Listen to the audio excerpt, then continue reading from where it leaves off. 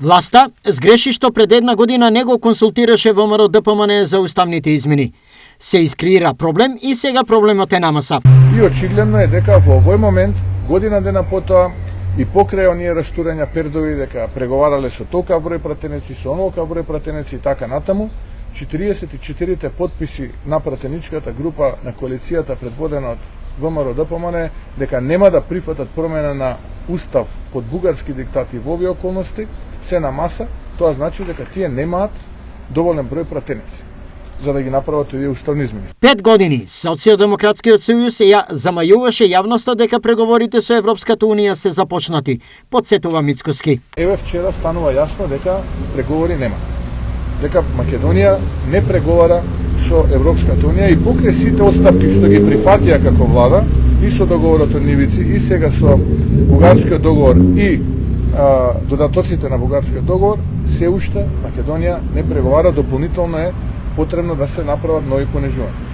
Како одговорна политичка партија и како одговорни политичари, секогаш сме подготвени да разговараме кога станува збор за еднината на нашата татковина на Македонија.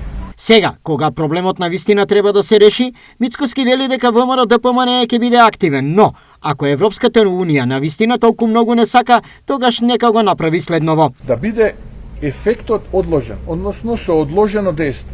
Што значи тоа?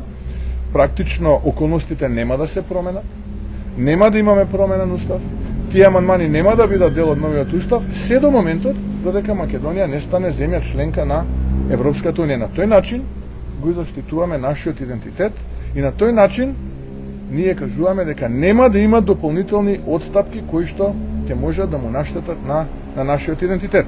А ако навистина Европа толку многу не сака, ќе сака овој процес брзо доди, да идеме на брза трака, да преговараме, да станеме земја членка на Европската унија и така тогаш мора да го отвориме уставот, бидејќи нели пред пристапувањето секоја земја го отвора уставот и тогаш веќе можеме да зборуваме за овие уставни измени да бидат ефективни. На овој начин, смета Мицкоски, преговарачката рамка не е нарушена и дека преговорите може да продолжат до втората меѓувладина конференција, нагласувајќи дека сега одговорот треба да стигне од Социјалдемократскиот сојуз.